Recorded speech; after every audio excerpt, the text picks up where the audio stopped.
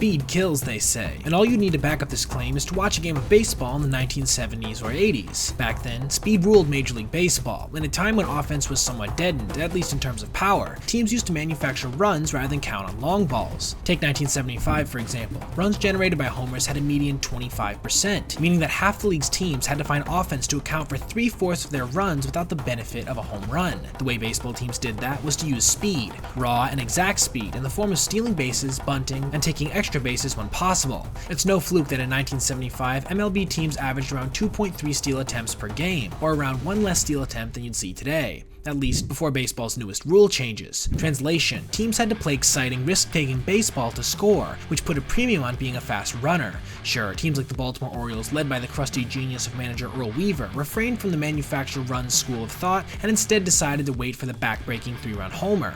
With the stars in those great O's teams, you'd never need to wait very long. Today, it feels like nearly the entirety of MLB now sits squarely in the Earl Weaver camp. Why risk scouts on the bases with a hulking slugger waiting on deck? The median for runs produced by homers shot up to 40.2% in 2018. In other words, a game of lots of waiting around for something to happen, and we know how much baseball's been trying to change this in recent years. Teams in the 70s and 80s didn't have the luxury of power. They had to hustle, scrape, and claw for every run. Today's game is filled with passion. As the World Baseball Classic demonstrated, players want to show off their skills, and it's time to allow them to do it. After all, the league is filled with fast players, with StatCast measuring in micro detail every single step more than ever. It's time MLB went back to the future and used speed to kill the dearth of excitement created by the three true outcomes. Strikeouts, walks, and homers can only take the game so far after all. It's time to fly once again and throw a little caution to the wind.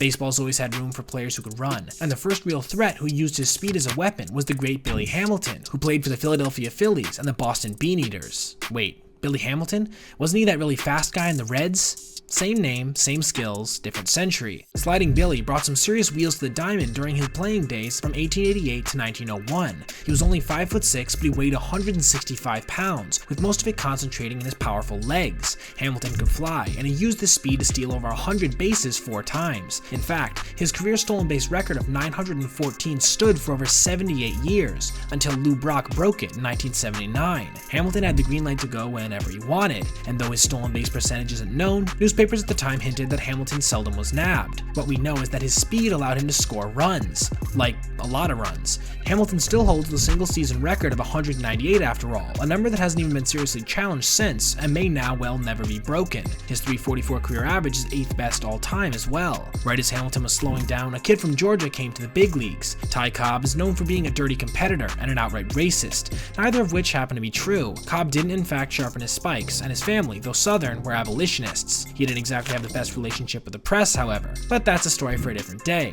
The truth about Cobb is that he has the 6th best career WAR, sitting right between Willie Mays and Hank Aaron. He owns the highest career batting average in Major League Baseball history, earned through 4,191 hits over 24 big league seasons. He is 2nd all-time in triples, and he led the league in stolen bases 6 times and is 4th all-time in that department currently. The bottom line, Ty Cobb used his speed in just about every facet of the game. Sure, he got caught plenty too, roughly 215 times, putting him 4th all-time in that category. And there were seasons, especially when he was older, when he was caught more than half the time. When Cobb was in his 40s, he was still trying to swipe bags after all. Something else Cobb did was work a few hours each day on his bunting. When he wasn't bunting, he was running bases against a stopwatch. Trick question, do you think that Corbin Carroll, today's fastest MLB player, spends hours each day working on his bunt technique? No, he doesn't. He probably doesn't even spend 10 minutes doing so. No one in MLB probably does. Cobb could make a bunted ball do a pirouette, but today's players largely look overmatched when they shorten up. In Cobb's day, that was unthinkable. In the dead ball era, you had to bunt, hit and run, do whatever it took to move runners, using speed on the bases to disrupt the flow of the game. Cobb hated the game devolving into a home run hitting contest, and famously, in 1925, he vowed to try to hit homers for a short stretch. He proceeded to crush 5 in 2 games, just to prove it wasn't hard for him. Playing in the National League was the Flying Dutchman, HONUS WAGNER, arguably the greatest shortstop of all time, and a player who used his speed to set records and win pennants for the Pittsburgh Pirates. Wagner didn't look fast. He was 5'11" and 200 pounds, bow-legged and barrel-chested, but his nickname was well-deserved. Wagner positively flew around the bases, and is still one of only 10 players all time to steal over 700 bases. After a bit of a lull in speed throughout the 40s and 50s following the power antics of players like Babe Ruth, Mel Ott, and Lou Gehrig, baseball was ushered into a new era of speed with the arrival arrival of Jackie Robinson and the integration of the major leagues. Robinson was a sprinter who once ran a 9.700-yard dash, and when he arrived in Brooklyn in 1947, baseball was transformed. Robinson led the league in steals as a rookie and also in sacrifice hits. Robinson's speed put constant pressure on the defense, with his steal of home during Game 1 of the 1955 World Series remaining one of the most heart-pounding plays of all time. 1955 was a big year in another respect, because that year saw Mickey Mantle and Willie Mays lead their respective leagues in homers and triples, something that only Jim Rice has done since. This combination of speed and power ushered in the golden age of baseball, led by two off-the-charts players who used speed to complement their power. The Giants, led by Mays, went to the World Series 3 times when Mays was in his prime, and those same seasons saw him lead the league in steals for 4 straight years, even as he was crushing home runs. Mays was the second player in MLB history to join the 30-30 club, which he did back-to-back in 1956 and 57. When he reached his 30s, he stopped running as much, but when he had elite speed, he ran with abandon. But the real speed was yet to come. Maury Wills joined the LA Dodgers in 1959, and starting in 1960, he led the majors in stolen bases for 6 straight seasons, including 1962, when he became the first modern player to surpass 100 steals in a season. His success rate that year was a ridiculous 89%. The rule of thumb is that a rate of 75% is productive. Lower than that, and you're costing your team runs. And yet, in 1963, when he swiped 40 bases but had a success rate of only 68%, he had a run scored percentage of 41%, well above the league average of 29%. Why? Maybe because he took extra bases whenever he could. His XBT percentage that year was 54%, again well above the league average of 47%. Right behind Wills was the legendary Lou Brock, who in 1974 broke Wills' single-season stolen base record with 118 swipes. Even more crazy, Brock was 35 years old when he did this. Brock had a career success rate of 75%, right at our useful threshold, and like Wills, he also used his speed to take extra bases and score runs, boasting career numbers in run scoring percentage at 40, an XBT percentage at 54, nearly a replica of Wills. Another speedster who was fast and aggressive on the bases was the Cuban-born ace shortstop Bert Campaneris, who helped Oakland to a three-peat between 1972 and 1974. For over a decade, Campaneris was the best base runner in the American League, which he led in steals 6 different seasons, with a career success rate of 77%. But even more impressive than that was his XBT percentage of 65.3 during the three-peat years, almost 20 points higher than the league average. He was the definition of electric for one of the most dominant teams in the last half-century. Speed was so important to those A's teams in that time that the owner, Charles Finley, had a designated runner in Herb Washington, a former sprinter from Michigan State who played in 105 games over 2 seasons without an official plate appearance. However, Washington lacked overall skill at stealing bases, presumably due to his overall lack of baseball knowledge, with his stolen base success rate of 64.5% not helping the team very much overall, and the experiment quickly faded. Willie Wilson was a first-round draft pick who came up in 1976 at the age of 20, and his game was fundamentally built on speed.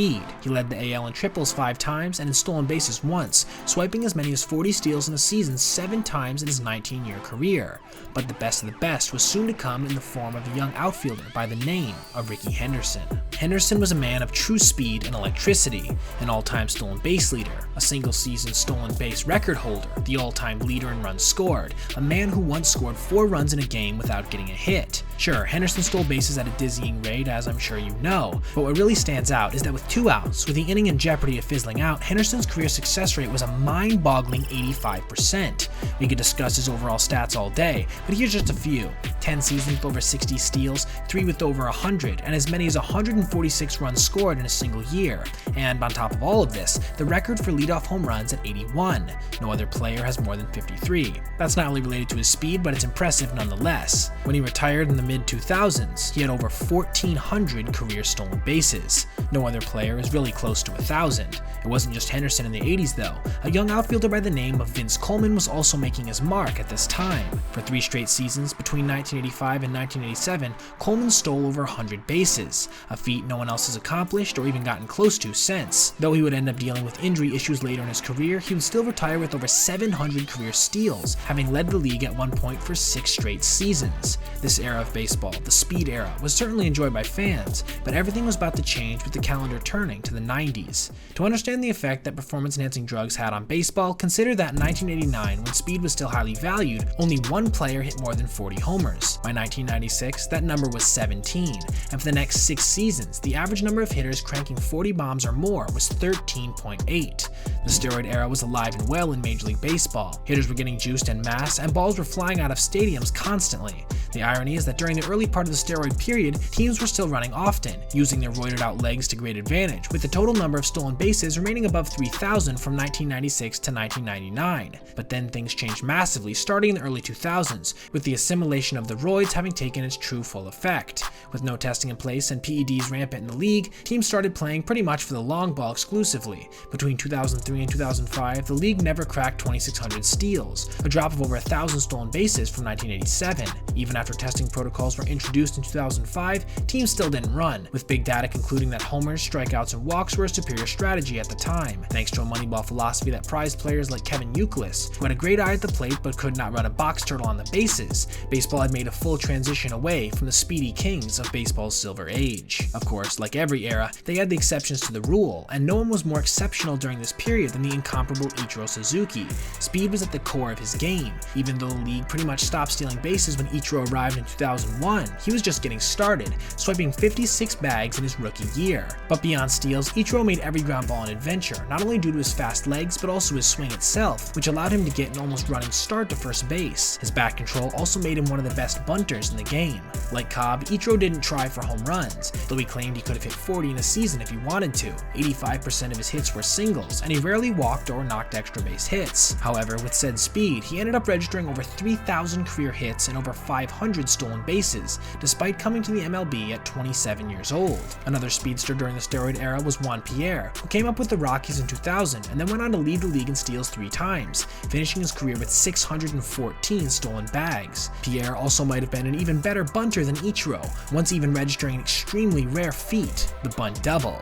The Tampa Bay Rays were the preeminent example of valuing speed in the modern game in the late 2000s. They put together an outfield consisting of Carl Crawford, BJ Upton, and Elijah Dukes. Crawford had multiple D1 offers to play quarterback, and so did Dukes, who rushed for over 1,000 yards twice as a high school running back. Upton would eventually join the 30-30 club. All three had elite speed and athleticism, and eventually the lowly Rays would make it to the World Series in 2008 on their backs, along with then emerging third baseman Evan Longoria. They would have to do it without Dukes, however, who had more off-the-field problems than a Jerry Springer episode. Making our way into the modern era, the player most synonymous with speed in the 2010s is Billy Hamilton, who broke the all-time record for steals in a professional baseball season with 155 in his 2012 minor league campaign. His arrival with the Reds had everyone in MLB talking about speed again, if only in theory, as teams still weren't really running wild or bunting for hits. Hamilton's debut in 2013 saw him swipe 13 bases in 13 games, followed by over 50 stolen bases each of the next 4 seasons. But there were holes in Hamilton's game. Despite his speed, in 2016 he ranked 50th in infield hits. While he got his share of bunt hits, he struggled in his career to really exploit this to the max effect. For example, his batting average while bunting was just .261 in 2016,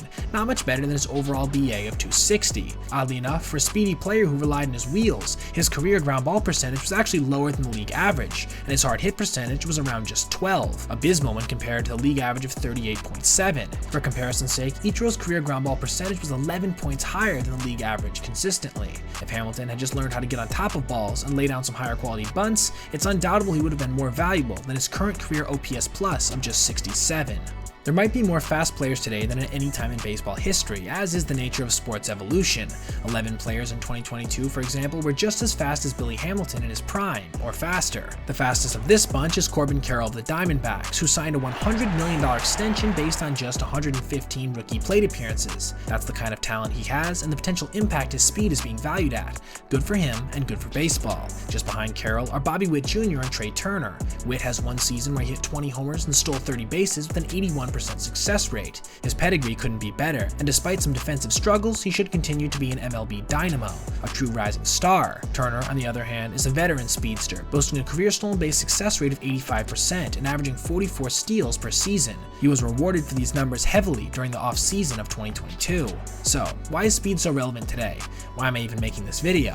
Well, two principal reasons: new rules and new analytics. The larger bases and limited pickoff attempts today mean that we should be valuing players currently who have elite speed more than ever, as we saw in spring training this year with the effect that can have on the game overall. And in the early days of 2023, we're continuing to see it, now more than ever. If we cultivate a culture of speedsters, or even allow existing players to run more freely, we may see stolen base numbers not approached in the last 30 years be equaled or even surpassed. And when it comes to analytics, there's one area that's seen a glaring lack of innovation in recent years: the bunt. For some of these players, like Prime Hamilton, a well-placed bunt might as well have been an automatic hit, yet no real time or effort is being put into investigating the optimal way to lay down a type of hit that almost guarantees contact on the ground. That Juan Pierre bunt double was a good example. See how he almost swatted at it, pushing it past the third baseman?